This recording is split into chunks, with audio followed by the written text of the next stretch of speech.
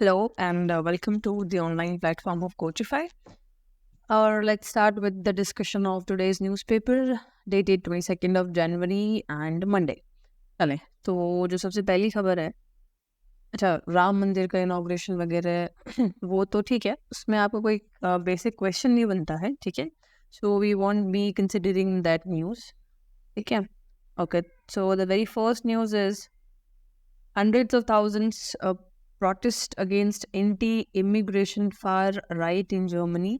तो जैसे ही को कंट्री का नाम आता है very first thing is location of the country ठीक है so here is your Germany हाँ तो here is your Germany you can see this is Germany ठीक है ये ध्यान रखना है कि जर्मनी जो है वो लैंड लॉक्ड कंट्री नहीं है इसके आसपास वाटर बॉडीज लगती हैं तो दिस इज द जर्मनी और अब यहाँ पे जो है प्रोटेस्ट हो रहा है और protest is against anti immigration rights तो जर्मनी की एक जो पार्टी है जिसका नाम है AFD ये जो पार्टी है कहा जा रहा है कि भाई ये जो पार्टी है इसके कुछ एजेंडाज हैं कि भाई जो इमिग्रेंट्स वगैरह हैं उनको बाहर निकालने की बात हो रही है तो उसी के अगेंस्ट में जो है अभी इसमें प्रोटेस्ट चल रहे हैं ठीक है वैसे पॉलिटिकल पार्टी जो उसने मना किया कि भाई हमारे ऐसे कोई टारगेट्स नहीं है बट अभी ये प्रोटेस्ट हो रहा है तो दिस विल कंटिन्यू तो अभी आपने बस इतना ध्यान रखना है कि अगर कोई सिंपल सा क्वेश्चन आए कि इमिग्रेंट्स के अगेंस्ट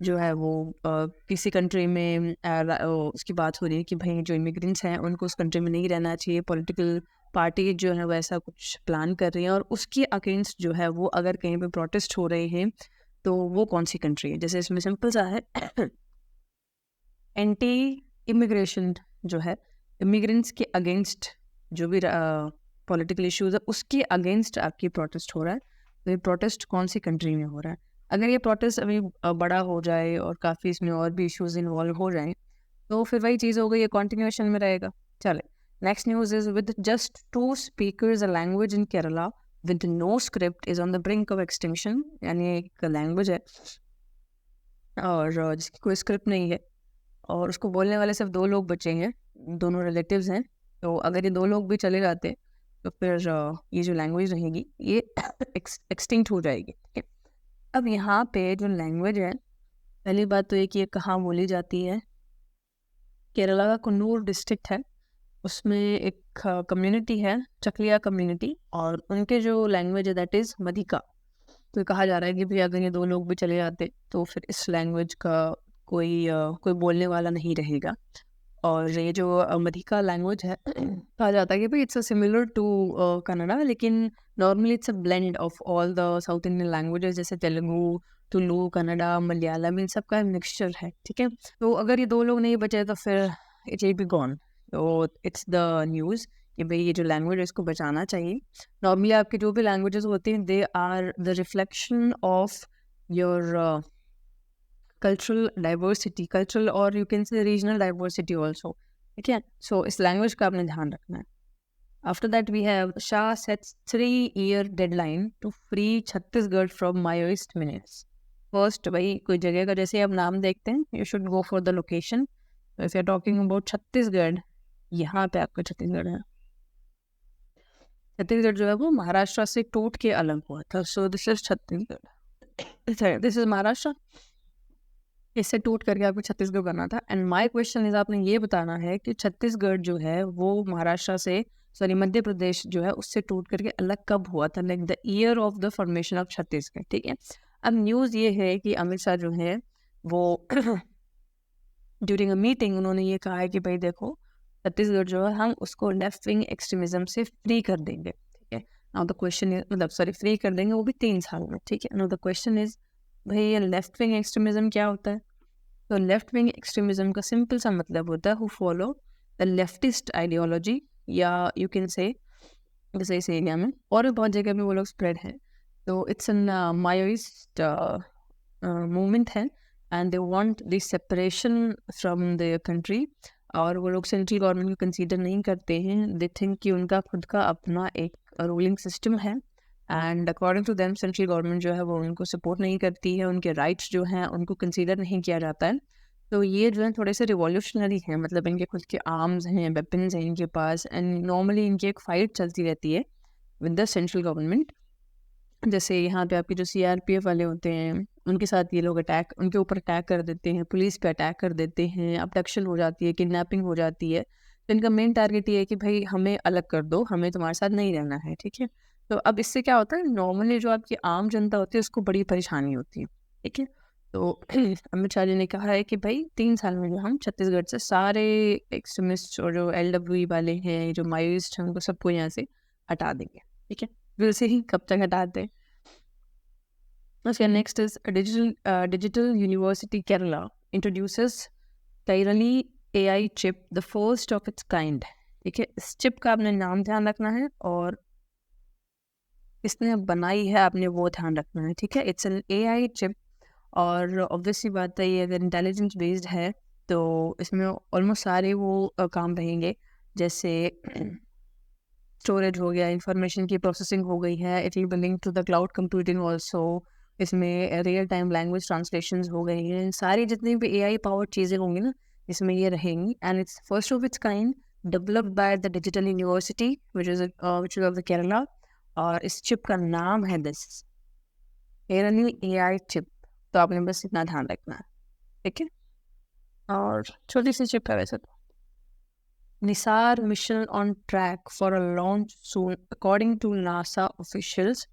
वो एक मिशन है जिसका नाम है निसार, और ये जो निसार है इसकी फुल फॉर्म है, यही मेंशन है, देखिए, NASA ISRO synthetic aperture radar. और ये जो मिशन है उसकी भी प्रोसेसिंग हो रही है एंड दे आर टारगेटिंग कि जो अर्ली 2024 है, मतलब जल्दी ही इसी साल जो है इसको लॉन्च किया जाएगा। एंड ये नासा ऑफिशियल्स ने कहा है। Now going back to the basics of NISAR, this is NISAR. ये आपके लॉन्च एंड डिप्लॉय एनिमेशन है निसार का, ठीक है। So you can go into this website and just go for it. But normally जो है निसार के जो functions रहेंगे, we are talking about the functions. So इसके functions होंगे ये, it will measure Earth's changing ecosystem, dynamic surface है, ice की जो है वो उसको study करना है, natural hazards है, sea level rise है, ग्राउंड वाटर की स्टडी करना, ये सारे इसके काम रहेंगे, ठीक है। सो मेन चीज़ ये हो गई, इसका जो टारगेट है दैट इज़ अर्थ ऑब्जर्वेशन। और ये जो प्रोजेक्ट है ये आपके इसरो का और नासा का दोनों का इकट्ठा मिशन है, ठीक है। इसमें अब सारी चीज़ें आ गई, अर्थ ऑब्जर्वेशन में जो भी आप ऐड कर सकते हो आप ऐड कर सकते हो, ठीक है।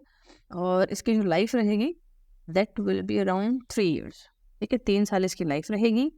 एंड ये आपके ट्वाइस एवरी 12 days इसमें इसकी आपके जो अर्थ है उसकी स्टडी करनी है। तो जो आपके क्लाइमेटिक हो गए हैं या एटमॉस्फेरिक बोल सकते हो या लैंड पे जितने भी आपके चेंजेस होंगे उनको ट्रैक किया जाएगा, that is the study of the earth, ठीक है। Next is 81% of citizen responses have affirmed the idea of simultaneous polls. ये पहले भी आया था साइमल्टेनियस, वही वन नेशन वन इलेक्शन वाली बात हो रही है। एक कमेटी बैठी है which is headed by your former prime minister, that is Ramnath Kovind. और अभी जो आपके एक लॉ मिनिस्टर एक स्टेटमेंट रिलीज़ किया है कि भाई हमने बहुत सारे सैम्पल्स कलेक्ट किए थे सिटीजन से, लाइक अराउंड 20,000 सैम्पल्स कलेक्ट किए हमने, और इन 20,000 में से अराउंड 81% जो बोल रहे हैं हाँ भाई ठीक है, अच्छा है, एक साथ ही सारे इलेक्शन आप करवा लो, ठीक है।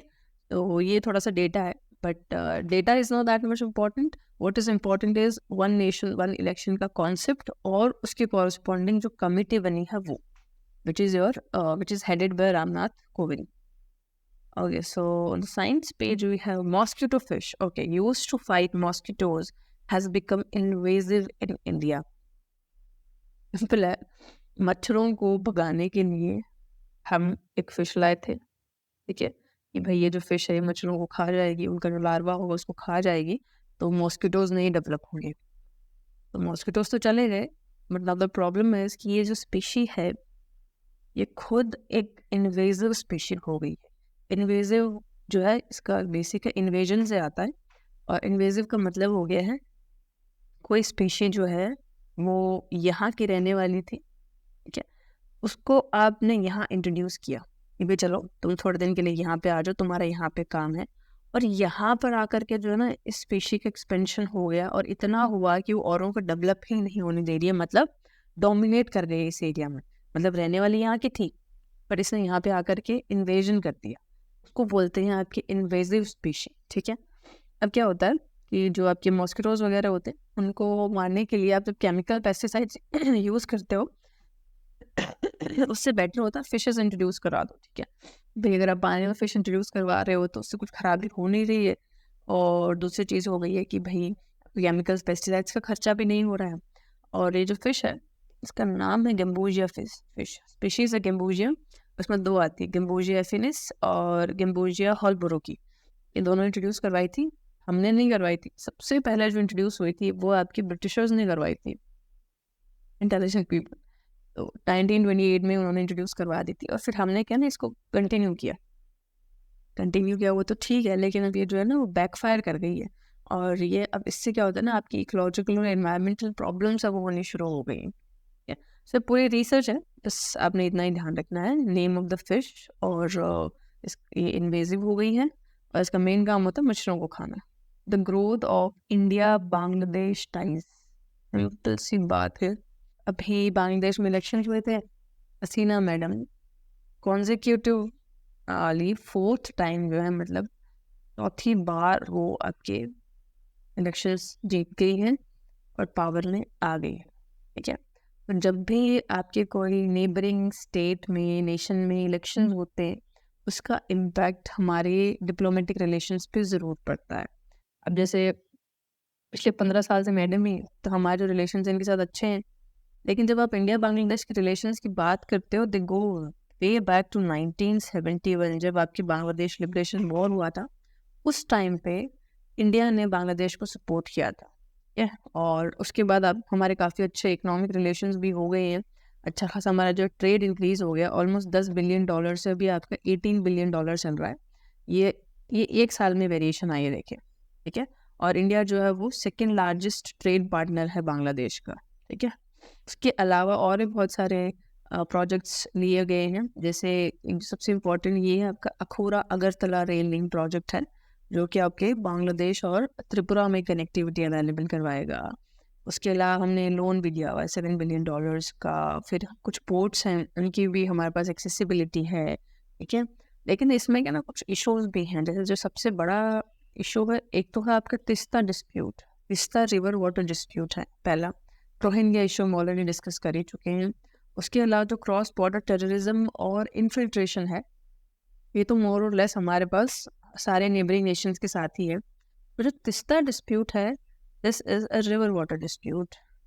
जो तिस्ता रिवर है वो यहाँ से रिलीज होती है, ठीक है। सो ये जो एरिया है बांग्लादेश का, वो जो पानी मिलता है वो तिस्ता रिवर से ही मिलता है। लेकिन हम अपर रिपेरियन रीजन में है, मतलब जहाँ से उसका ओरिजिन होता है वो हमारे पास है, तो उसका जो most of the water consumption है वो इंडिया में ही हो जाता है। बांग्लादेश को इतना पानी मिलता नहीं है, तो उनका एक इशू है कि भी हमारे लिए भी जो है थोड़ा पानी रिलीज करो। इसके अलावा भी और भी इशूज हैं, जैसे यहाँ पे एक क्या कहते हैं उसका एक डैम की बात है, तो वो भी यहाँ पे जो है वो आपकी वेस्ट बंगाल जो है वो इशू क्रिएट कर रहा है, ठीक है। तो this is also an issue. तो रिवर वाटर डिस्प्यूट्स तो रहेंगे आपके within the neighbouring nations. Olympic qualifiers, what lies ahead for those who did not qualify. So अभी आपके हॉकी टूर्नामेंट हुआ था रांची में, that acted as a qualifier, फिच हॉकी ओलंपिक क्वालिफायर्स हुए थे रांची में। तो अभी एट प्रेजेंट आपके जो इस साल के ओलंपिक्स हैं, उसके लिए जर्मनी, यूएस और जापान जो है उन्होंने तो अपनी सीट बुक कर ली है, एंड वी कुड नॉट, ठीक है। और इसमें जिन जिन ने नहीं किया उसमें और भी नेशंस हैं, वो हैं ये वाले, इंडिया, न्यूजीलैंड, इटली, चिली, चेक, ये सब जो अभी क्वालिफाई नहीं कर पाए हैं। सो अभी तो खैर ये कंटिन्यू रहेगी न्यूज़। आपने ध्यान रखना है कि जर्मनी ने, यूएसए ने और जापान जो है उन्होंने क्वालिफाई कर लिया है for this years Paris Olympics, ठीक है। अभी तो क्वालिफाई हाँ ठीक है, चलो। I think that's it for today's newspaper. Thank you.